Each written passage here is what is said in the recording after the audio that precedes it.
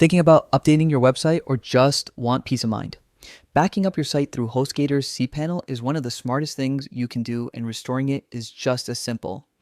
Today, I'll walk you through the full process step by step so you're always protected. Start by opening your browser and heading to the Hostgator website. Click the Sign In button in the top right corner and log in with your credentials. Once you're in, you'll land on your Hostgator dashboard. This is your control center for everything. Look for the Websites section and click on it. From there, go into Settings. Inside the Settings area, you'll see an option called Advanced. Select it to open more detailed tools. Now, click Manage. This is where you unlock all the important configurations tied to your hosting. Inside this management area, find the backup option. This is where you can create and download a full backup of your entire site, files, databases, everything. Choose the backup option that fits your needs. If there's a full backup or generate backup button, click it and let it create the file. When it's ready, download it and save it somewhere safe, like an external drive or cloud storage.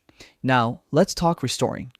If anything goes wrong with your site or you just want to roll back to a previous version, return to that same backup section.